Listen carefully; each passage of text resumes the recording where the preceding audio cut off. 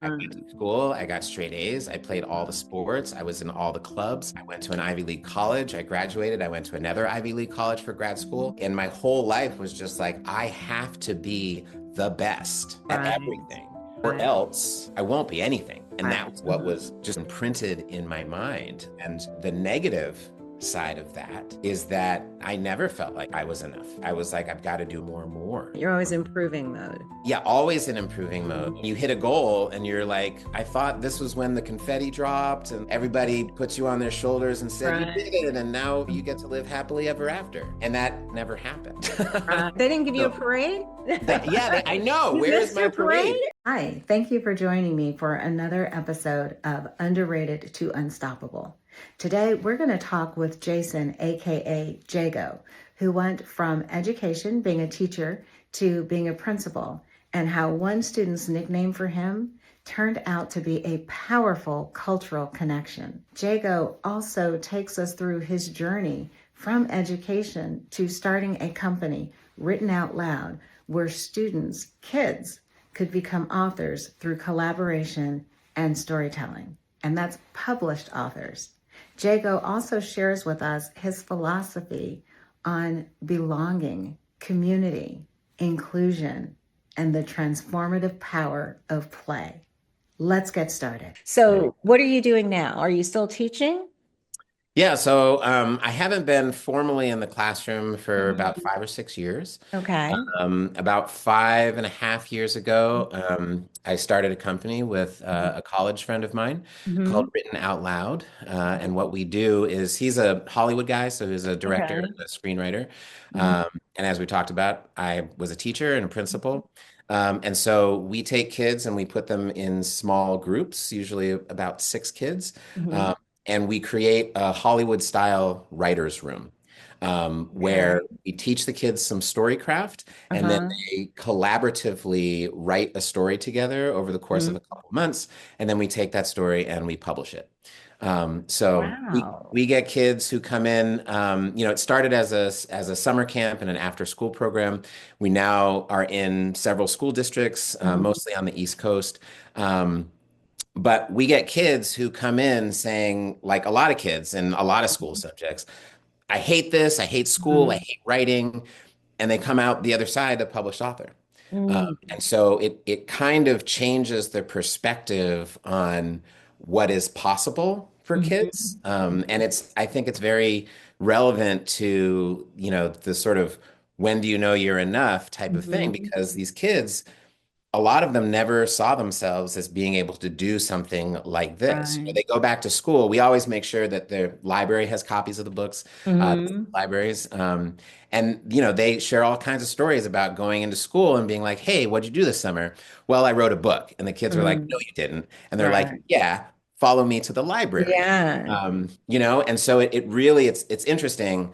I think, sometimes I would get people who want to talk to me about the writing process and and that type of thing, which I can talk about that as well. But really, the magic of the program isn't so much the writing technique; it's Right. that these kids have a space where they feel like they really belong. Oh my God. And a space where they don't have to be alone, especially, this sort of came out of the pandemic. Mhm. Um, this, the bigger part of this program, and and they're able to really sort of imagine themselves doing stuff that they want to do, whether that's, they're writing about video games, and so this story Mhm. about a video games or fantasy or space exploration or whatever it is, they're able to kind of get that stuff out of their head, Right. and they can do it with a team, which makes them feel like they've got the support and all of the stuff that they need to be able to do something great.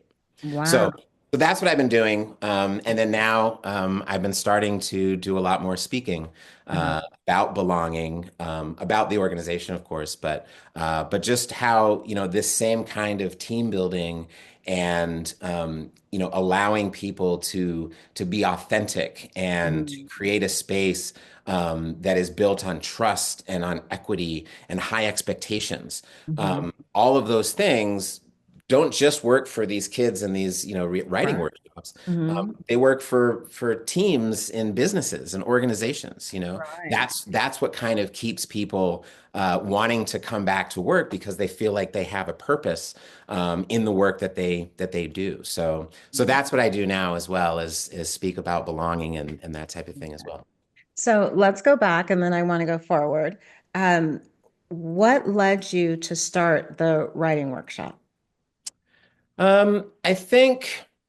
So I had been working for an ed tech company, Uh-huh. doing like principal and teacher trainings, micro Hmm. credentials, things like that. Hmm. And that was great. But my friend from college actually had sort of when the pandemic hit, a couple of the parents in his network Hmm. were like, "Oh, my kids are."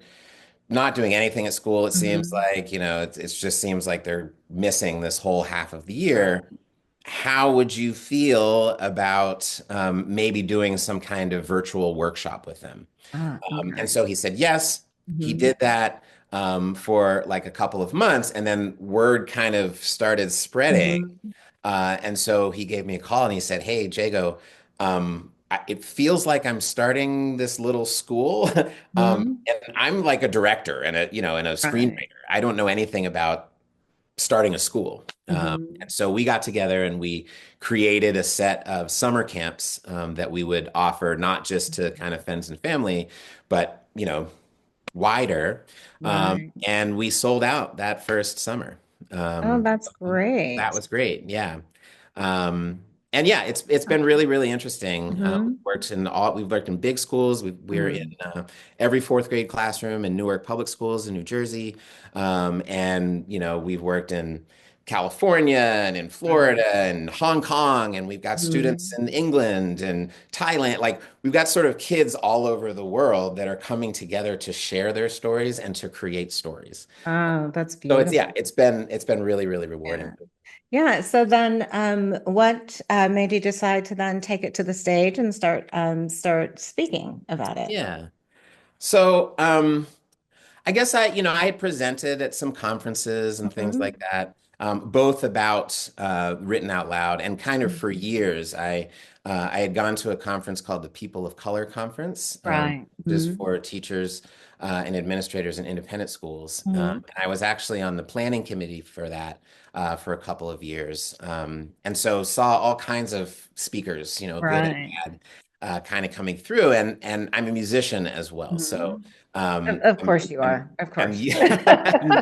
I'm used to being on stage. I've toured Mhm. around the world doing music. Mhm. And so I think coming to speaking was kind of like coming back to that performance that I loved Right. so much Mhm. as a young person, but always felt like I was never enough. I felt Right. like whatever I was Yeah. doing on stage, I couldn't get enough of a following. I couldn't make enough money. I couldn't, Mhm. do enough of what I thought I needed to do to be a musician. So I Mhm. went to education. I had a whole career there. And every time I got up on stage to speak, it Mhm. felt kind of like coming home, to this Ah. thing that I grew Mhm. up loving. Right. And so at some point, I just said, you know what? It was at Newark Public Schools. They asked me to Mhm. be their keynote speaker for their professional development day Mhm. a couple of years ago. And I said yes. And I was like, you know what? I think this is where I'm meant to be.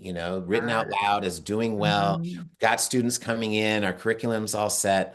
I think it's time for me to kind of give back to the world by sharing all Right. of these insights that I've had over the past couple of years, and to get back to where I feel like I belong, Right. which is on the stage and connecting with people.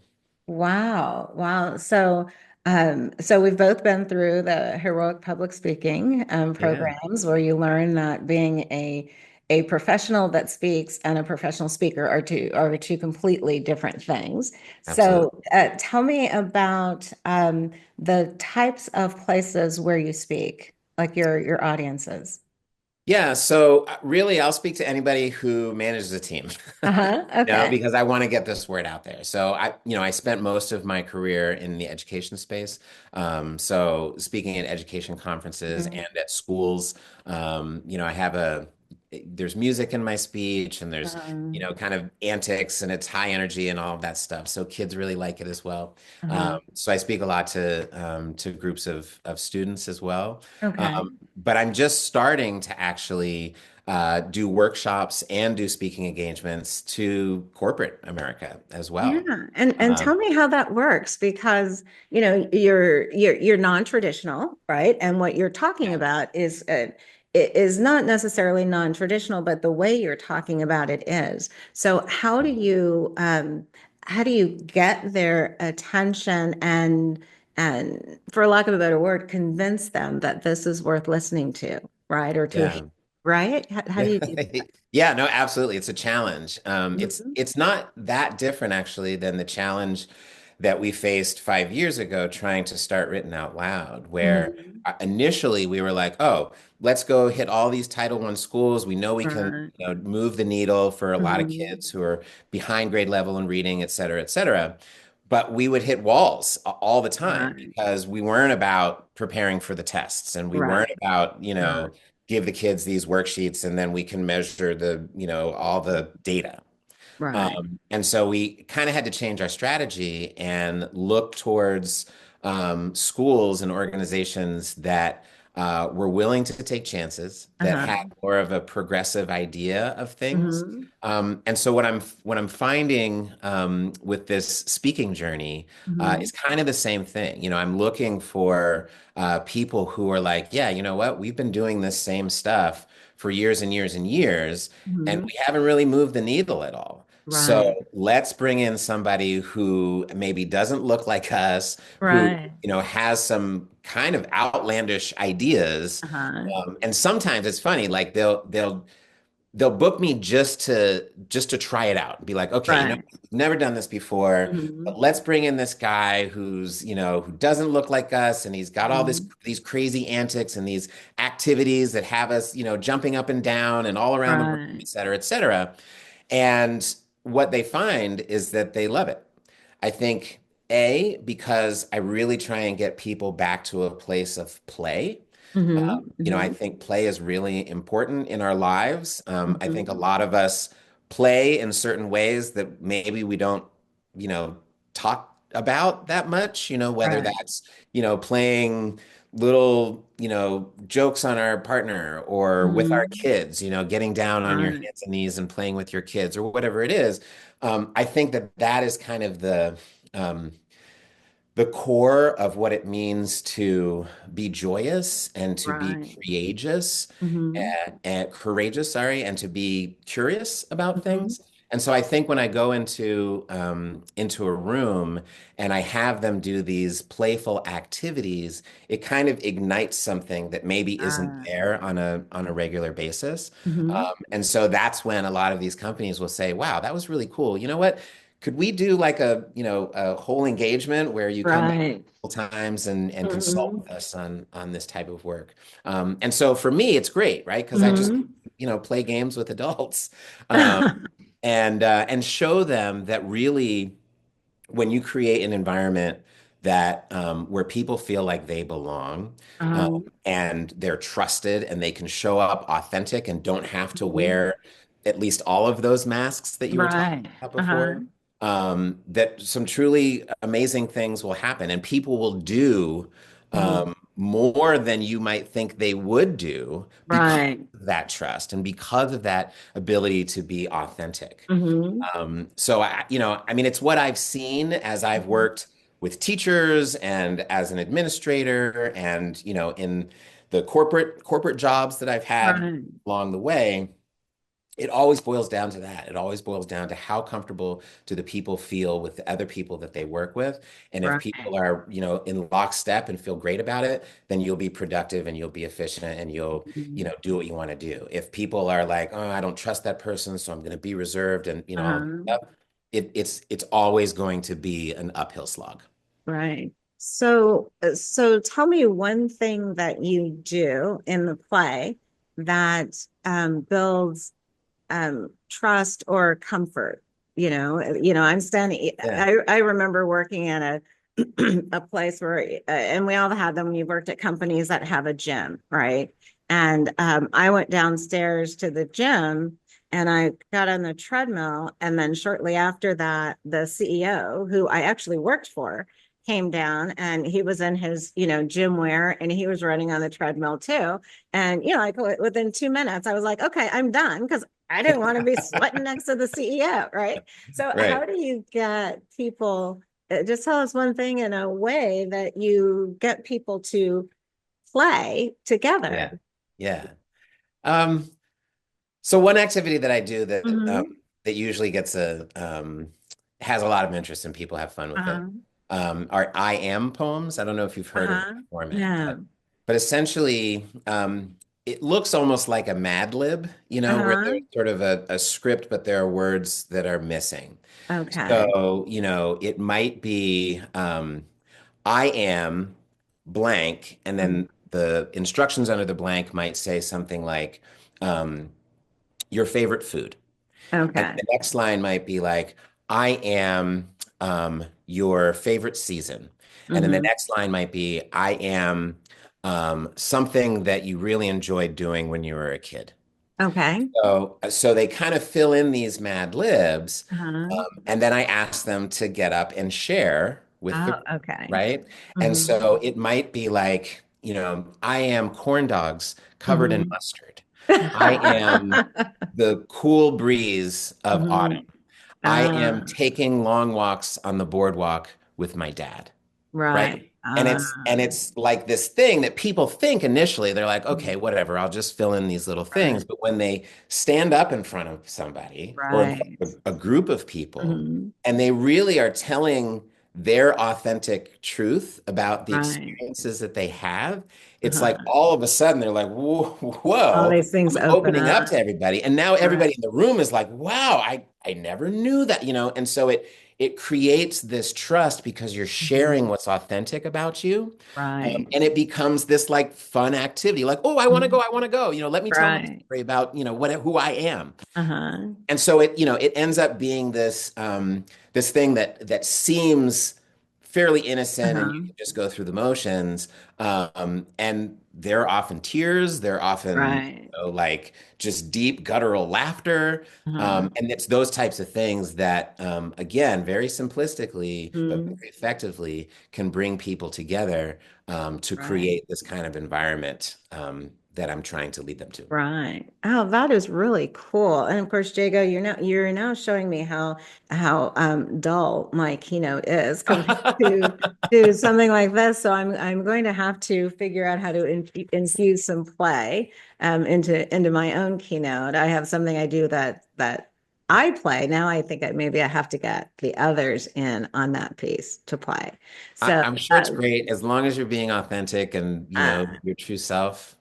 well, That when I left corporate, I decided to be nothing but authentic, awesome. right? Because I'd spent too many times being hyper vigilant and wearing different masks, and it nearly killed me. So there Yeah. you go. Yeah. So the what happens after people that like when you go to companies or you're talking to adults, what do you think happens after they've gone through your session? Are they able to keep um, what you've taught them? Do they have a reminder? What how do you keep that going? Yeah, it's a great question. Mhm. And I imagine that things being what they are, you Mhm. have a couple of weeks, maybe a couple of months where people are like, "Oh, Right, remember when we did that activity?"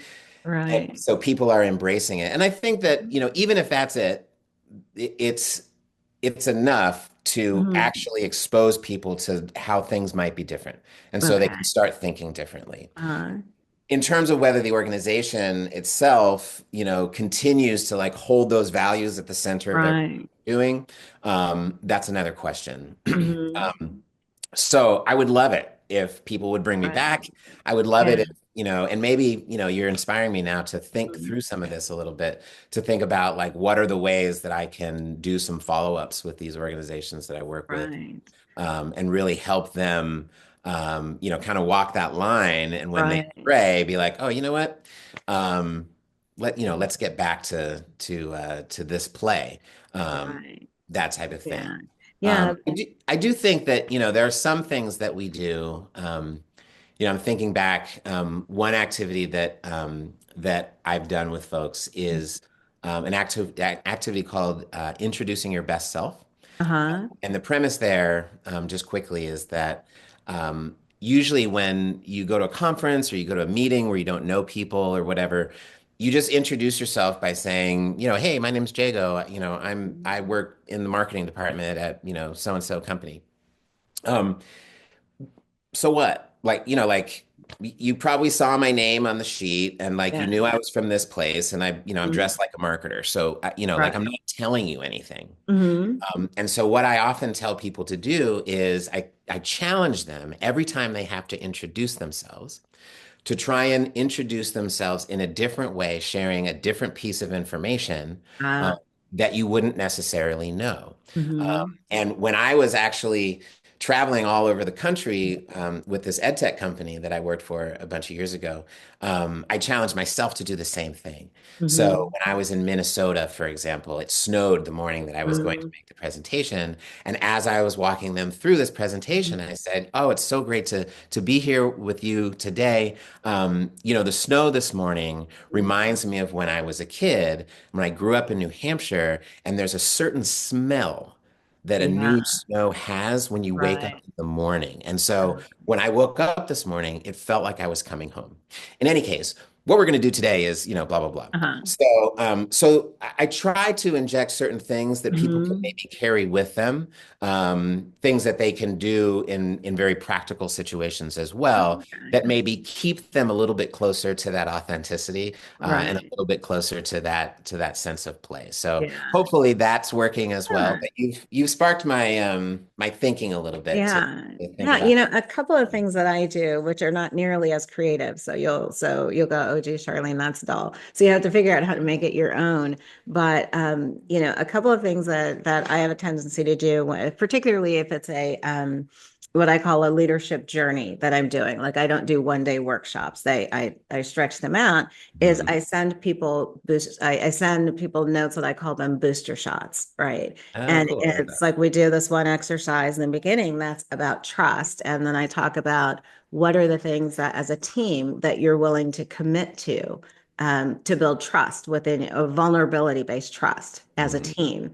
And so a booster shot, in between our first and second session is I send them a note that's a reminder and said, this is what you committed to. How is that going? Another thing that I'll do is like at the end of the sessions, what I said, so what are the three commitments that you're going to make? And it can't be more than three, that you're actually going to work on, that you're going to do differently. And then I give them an envelope to write it down, put it in there, and I want you to address the envelope. And then they give it to me. And then in 30 days, I mail them out, Active. right? That's And awesome.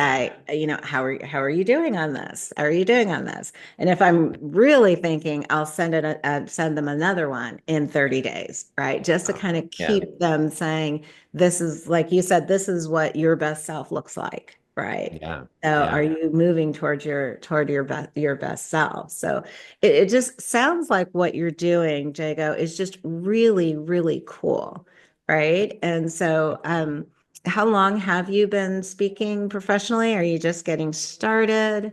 I'm really just getting started. Like I said, Mhm. probably over the past 5, 6 years, I've done like two, three, four speaking Mhm. engagements Uh-huh. year. And so this is the year that I'm trying to Oh, that's really great. ramp that up. Yeah. Yeah, well, that's really exciting. So, a serious question. So, you said you did your ancestry. Are you mixed race then, or what?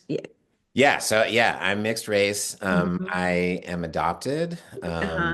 I was adopted by a white woman and then I was emancipated at 13. So I've kind of been in and out of the system at various different points in my life. Mhm. Um, but it's interesting when you asked me, or when you said, Mhm. think about this question, when did you know you were Right.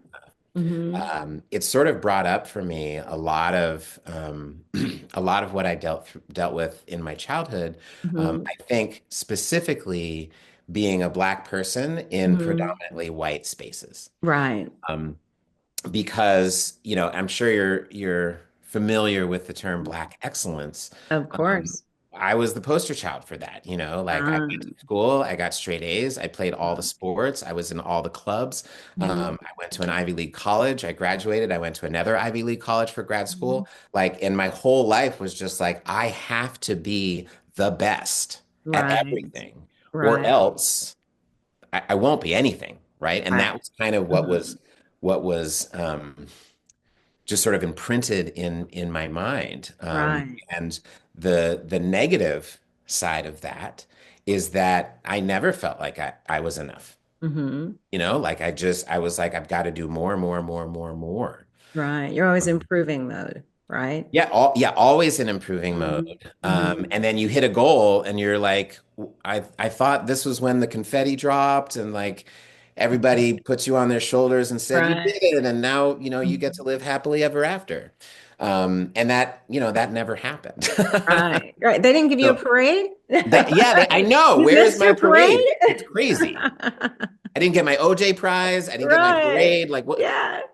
So then that's a perfect lead in to tell us about when you figured out that you were enough, that you could look in the mirror and say, I am enough. Yeah.